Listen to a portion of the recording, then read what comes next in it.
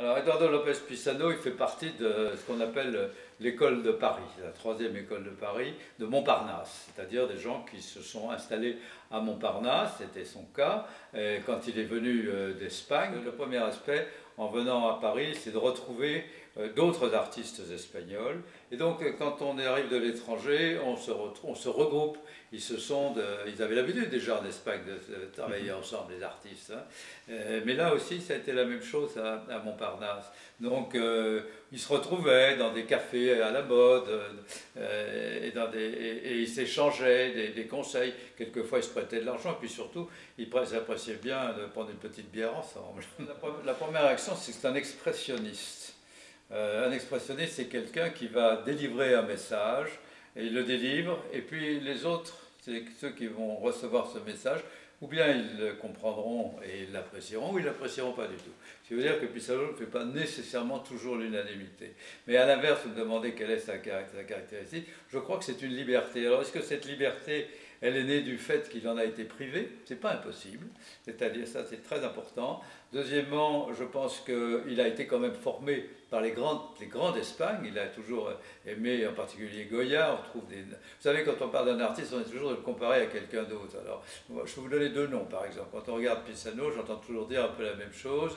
Soit c'est Rouault, effectivement, il y a une certaine forme de ressemblance, soit Chagall, parce qu'il y a une espèce de... On s'envole et on a une créativité, etc. Donc, ce qui le caractérise, c'est une grande liberté d'expression, mais aussi un engagement personnel dans chacun de ses tableaux. Oui, c'est assez curieux. Ça s'est passé d'une manière tout à fait étrange.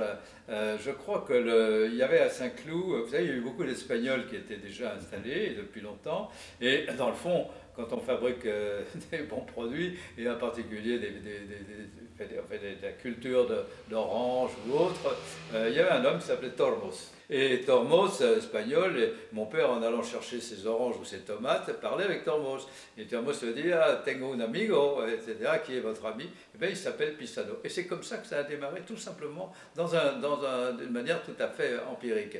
Donc, à partir de là, il est venu, il a rencontré Pisano, avec aussi le parrainage, le double parrainage, d'une part de Tormos, bien entendu, mais de Graosala, mais aussi de l'encadreur, de Vidal, Vidal était quand même un petit peu c'était l'ami de tous les artistes. C'est un Catalan, il n'est pas du tout de Santander, c'est un Catalan, et donc il avait été l'encadreur, son père avait été l'encadreur de celui que j'ai rencontré récemment, le fils, mais c'était le père à l'époque, qui était l'encadreur de Picasso, dans le Guernica en particulier.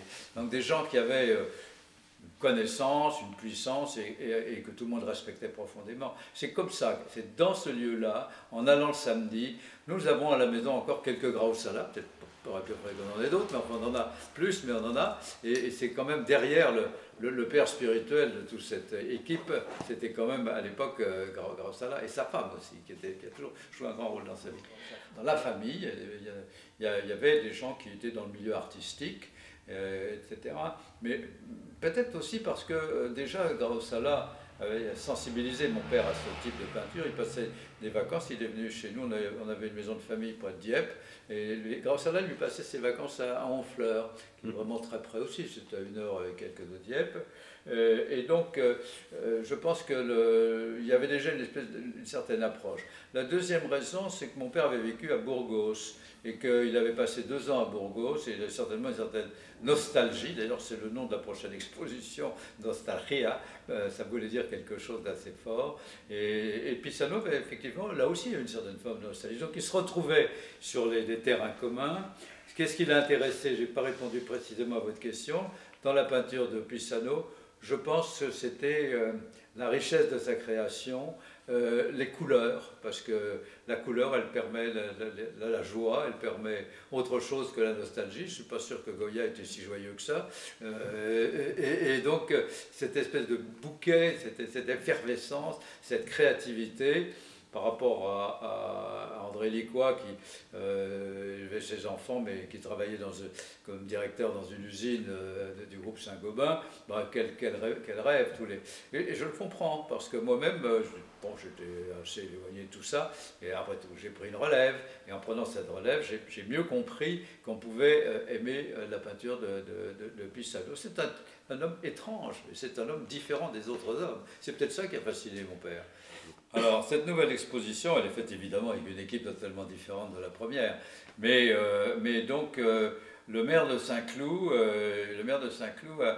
a vu la peinture de Pisano et la directrice de l'exposition, qui est une dame connue, éminemment respectée et respectable, et donc respectée, Madame Emmanuelle Lebaille, a eu la même réaction, parce que il y a plusieurs thèmes chez Pissarro. C'est vraiment l'addition d'une histoire, d'événements passés et d'un sentiment partagé de la qualité. Il va y avoir 90 tableaux exposés. Alors, ils ne sont pas tous très grands, il y a des petites choses, des choses moyennes.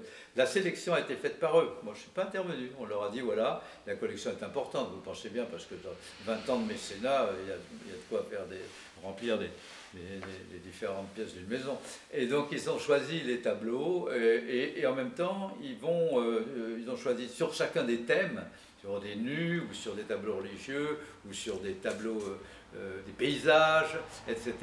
Il faut voir cette exposition comme quelque chose de rare, car réunir autant d'œuvres d'un même artiste est effectivement peu fréquent.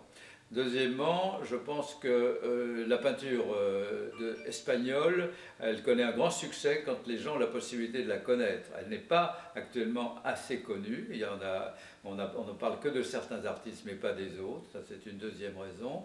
La troisième, c'est que rien n'est plus agréable que de découvrir soi-même le talent. Et j'ai fait ça dans la première exposition que j'avais faite avec Madame Hidalgo et avec Monsieur Valls, Monsieur le Premier ministre. Ça a été étonnant de lire le livre. Les gens disaient, mais quelle découverte, mais c'est extraordinaire. Alors, il faut que ça continue. Je pense que la bonne peinture, elle dépasse le cadre du temps. Elle reste avec le cadre du temps. Eh bien, les grands talents, ils passent, ils se moquent du temps. Ils restent.